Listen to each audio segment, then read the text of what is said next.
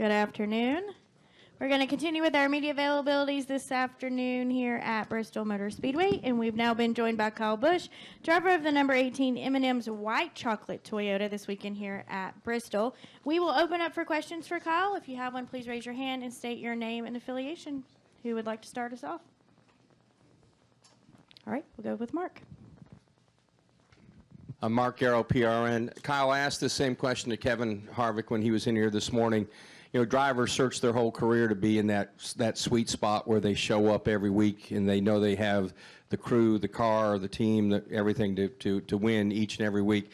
How do you feel since you're in that situation like Kevin where you guys are just clicking so well right now? What's it feel like to show up every week and have that kind of a serious chance? I mean, obviously, it's a huge confidence boost in being able to come to the racetrack with that sort of strength and having everything kind of work together. So, you know, it's been a long time, I guess, in being with different teams and different crew chiefs and different peoples that I've felt this strong. But I've had this sort of thing on the Xfinity side with many a crew chiefs, you know, whether it's been Radcliffe or Adam or Chris Gale, you know, a few of them on the Xfinity side. And Dave, we felt like we had that going for a couple years on the Cup side with Dave, but there is just something maybe a little bit more about myself and Adam and the team that we have. Many of the team guys, a couple of them are the same as what they were back with Dave many years ago, and a few of them are from the Xfinity team. When I felt so good with Adam on the Xfinity side, we brought some of those guys over, and we've kind of mixed and blended some other guys over the years here and there. So it's certainly been very rewarding to all of them, I'm sure, as well as me, to have this group right now, and hopefully we can keep it together for a long time. All right. Get a microphone to Bob, please, up front. Bob Hawkers, ESPN. Kasey, Kahne leaving Cup racing. He hasn't even turned 40 yet. We saw Carl Edwards leave before he turned 40. Seeing that, are you going to be more like them, or are you going to be more like Harvick and some of these other guys racing into their 40s? I've asked my accountant that question, and he says I'm screwed. So I gotta keep going. I got way too much debt. So unfortunately, I don't think I can retire as soon as the rest of those guys are currently at the moment.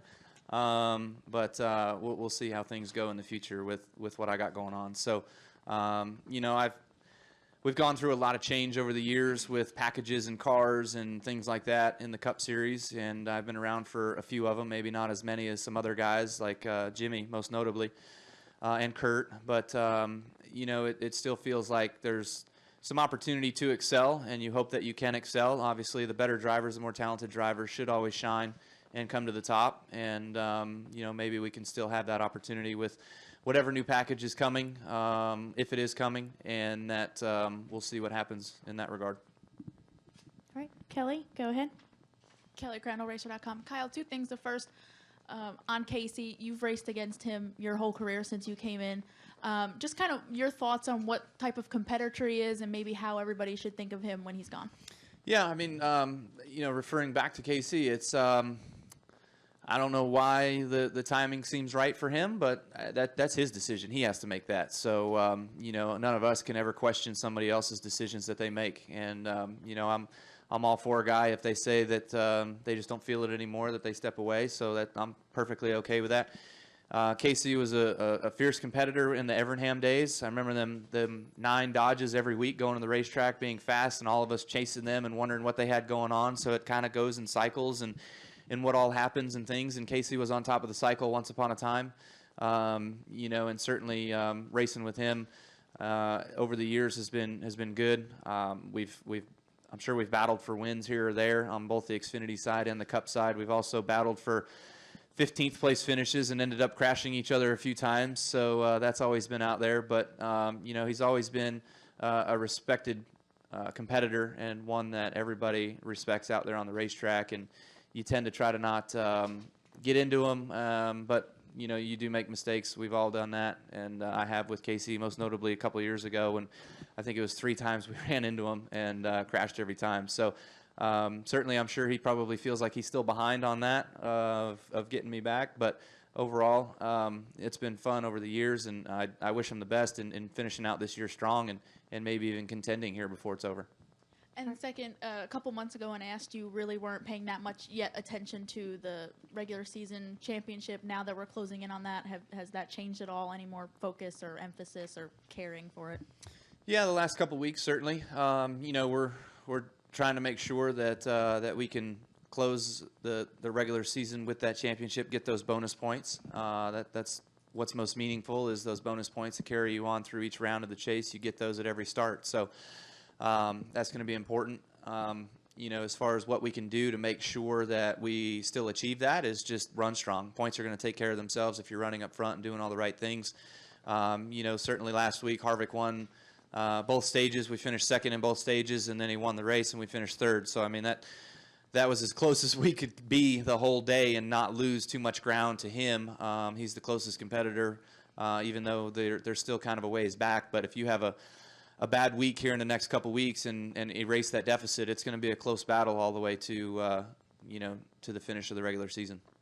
All right, we're going to go Woody, Jenna, and then Jeff. Woody Kahne with MRN. Kyle, just wanted to ask you a little bit about your throwback scheme coming up for Darlington, how that came about, and how it's been to kind of hang out with Ernie Irvan a little bit in putting that all together, and the reveal and all that was pretty cool. Thanks. You know, just talking with our partners at M&M's and Skittles and Snickers and trying to decide who wanted to take the Darlington race, knowing that it's always the throwback scheme. And, you know, Mars hasn't participated in that yet. And last year gave up that race for Interstate to be able to participate in that race. And so this year around, it was a Mars race, a chocolate race, but then they traded it to Skittles, and we ended up being able to do the throwback scheme with Ernie Irvan there. So we knew as soon as we could get Skittles on that we knew which one. It was pretty simple which one to go back to, you know. So having Ernie being involved in the whole unveil and things like that was pretty special, having him being there and being able to talk with him and kind of reminisce some of the stories of that car and what they were able to do in that year. And I think it was the year before he ended up retiring that he ran that scheme. So it was pretty late in his career. And it'll be nice to have him there and have an opportunity to, you know, have his name on the car and to be able to go out there and hopefully put it in victory lane. All right, Jenna. Jennifer, AP. Kyle, some of these, Elliott and Kasey, some of these guys, they've cited that they want to do more things. They want to spend more time with their kids. You're a hands-on, good father. Do you ever think or worry about things that you miss or you don't have enough time to do because of this schedule? Absolutely. Probably not right now with Brexton being 3, but I'm sure when he's 5, 6, 7, you know, a couple of years, it's going to be tough because if he's interested in this racing thing and wants to take on that, you know, there's going to be times where he's racing during the week or even on the weekends that I'm not going to be able to go. You know, it's going to be him and his grandfather and his other grandfather and some other helps, you know, that are going to be taking him and racing around and doing the things that other drivers have done to get themselves to the point and where they're at now. So I don't think you have to start young. You don't have to start at 5. You know, you've seen myself. I was 13 when I started. My brother was 15 when he started. William Byron was 13. A bunch of other guys were, you know, 6s and 7s and 8s and things like that. So I don't know that it's all that important or necessary to start young, but if that's what he wants to do, then we'll help him out and do that. So it does worry you a little bit and stress you a little bit that you won't be there and seeing some of those experiences and growing up. But with technology today, at least that's an added benefit than what it was years ago, and FaceTime and videos and people being at the racetrack and filming races and broadcasting them online and things. So, you know, that certainly will help. All right, Jeff. Jeff Gluck from jeffgluck.com. Kyle, at the beginning of the year, there was some concern from some of the drivers, including yourself, about the telemetry data being shared more openly, of NASCAR making it available, and you were saying this might help people sort of catch you. Doesn't really seem like that's been the case, like for you and Truex and Harvick at least. Was that overplayed, and like how's that evolved as the season's gone on throughout the garage? I'm still not a fan of it. You know, it's free. I mean, it's out there, and from what I understand, I do hear some of the back marker teams don't get it, so I don't know why they don't get it. That's kind of interesting to me. how all it does is strengthen the top teams again and not do anything for the bottom teams. I could be wrong, but from what I understand, that's the truth. So I don't like it because it's free information. At least when you're in a team and you share within your own organization, I think that that's fine and that's okay because we all agree to that when we sign up to be with our teams.